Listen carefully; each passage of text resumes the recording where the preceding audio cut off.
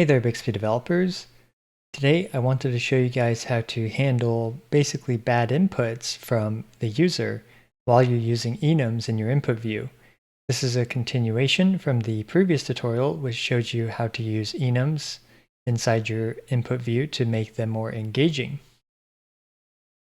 As a quick review, this is what we did in the last video.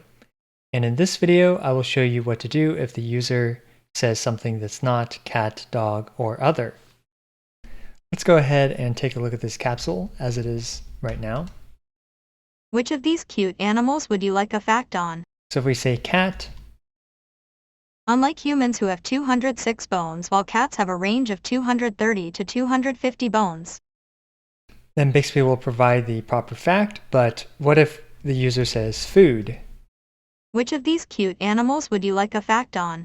We can see that Bixby just repeats this enum view until you give it a proper answer. But what we can do instead is this. Which of these cute animals would you like a fact on? Food is not a valid animal. Which of these cute animals would you like a fact on? Pizza is not a valid animal. Which of these cute animals would you like a fact on? So as we can see, now the capsule will repeat what you basically just said and tell you that that is not a valid selection. And this way the user will have input from your capsule to know that what they said was either misinterpreted by ASR or what they said was just not a valid animal. So let's go ahead and get started. Which of these cute animals would you like a fact on? We're going to start at the same spot that we left off at. Which of these cute animals would you like a fact on? Where Bixby will just keep looping if you put something incorrect in here. So in order to do this, first we are going to need to create a new concept. And this concept will be used for catching all other inputs that aren't the search term. So I'm just going to name this the non-search term, and it will be a text. Now that we have this, we need to actually have one of our actions be able to take this in, is this one, the get search terms action. And what it can do is it can collect two different things, and it can collect the input of search term. So now we're basically collecting the search term as an input. So now if a search term does get put into Bixby and we are at this action, then it will collect this search term, and you'll see why we want to do that in a bit. This will be optional with max 1, and we are just going to copy this and change this to non-search term as well. So now this action will be able to collect either a correct search term, which is the enums here that we have created from the last video, or a non-search term, which is just a general input from the user that we don't support in this capsule. So now we have to go through our code, our get search terms action, the JavaScript for it, and we need to add these two as inputs. We have search term and non-search term, and also we want to do that in the endpoints really quick. And finally, we will also need to make some modifications to this view file. And we are going to want to be able to refer to the action here for the get search terms action. And what this allows us to do is this will allow us to refer to the action itself inside of the view file. And you'll see why we want to do that in a bit. But first things first, what we want to do here is right now what's happening is when we start the capsule, this action fires, and then it returns all three of these search term structures. So instead of returning all three of these search term structures every time, if the user provides a correct search term, then what we can do is we can just return that one search term structure, and then Bixby will know to extract the proper search term from that structure in order to, for example, display a cat. So really quick, what we can do is we can do a filter. So if search term exists, then we can just set search terms equal to a quick filter, which will return when object search term is equal to the search term that's provided by the user. And just to be safe, we can do lowercase for both of these. That way we don't have any casing issues.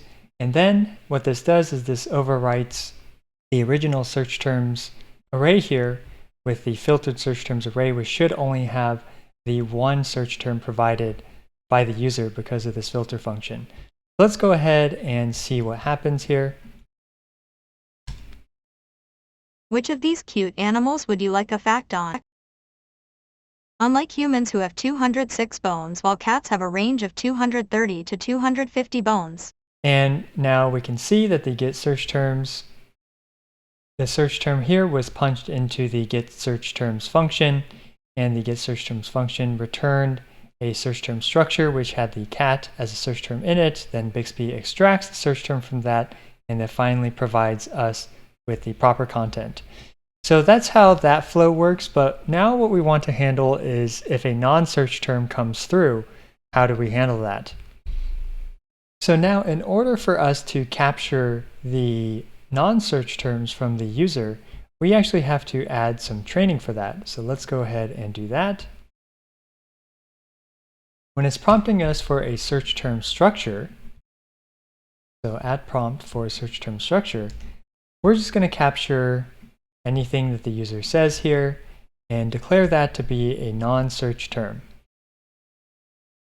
And let's do that for another training as well. Add prompt for search term structure, and we're just going to do a single word.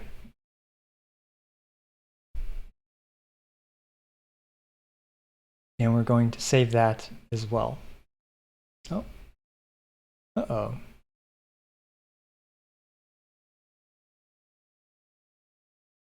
Oh, we forgot to add this right here and click save. There we go. And let's go ahead and run this. Which of these cute animals would you like a fact on? And we can see here that it's still just prompting us this screen again. We actually wanted to say foobar is not a valid animal. And if we look at this, we can see that our non-search term here is picking up foobar and it's passing it into the action itself. So one way we can fix this really quick to actually provide that feedback to the user is to add it into our message. So all we have to do is to add this to our message.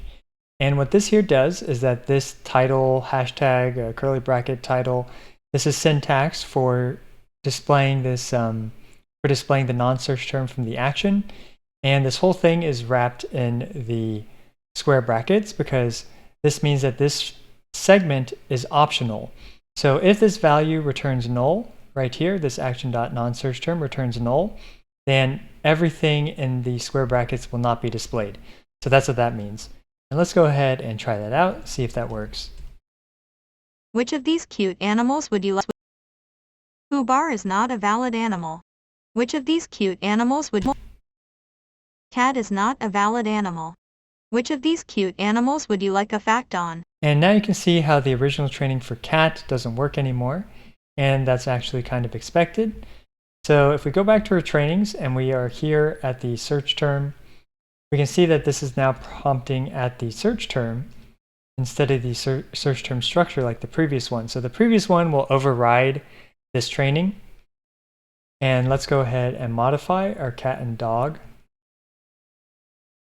training examples and just click save, pile, and now let's see if this all works. Which of these cute animals? Unlike humans who have 206 bones. And let's also try food. Food is not a valid animal. And let's try pizza. Pizza is not a valid animal. Which of these cute animals would you like a fact on? So there you go. That's how you can quickly and easily provide feedback to the user as to whether or not they are inputting a correct input.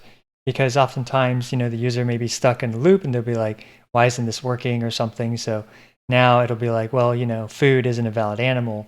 So why don't you choose one of these, cat, dog, or other? And yeah, it's just another way to enhance the user experience when they use your capsule. Hopefully you found this helpful. And yeah, that's it.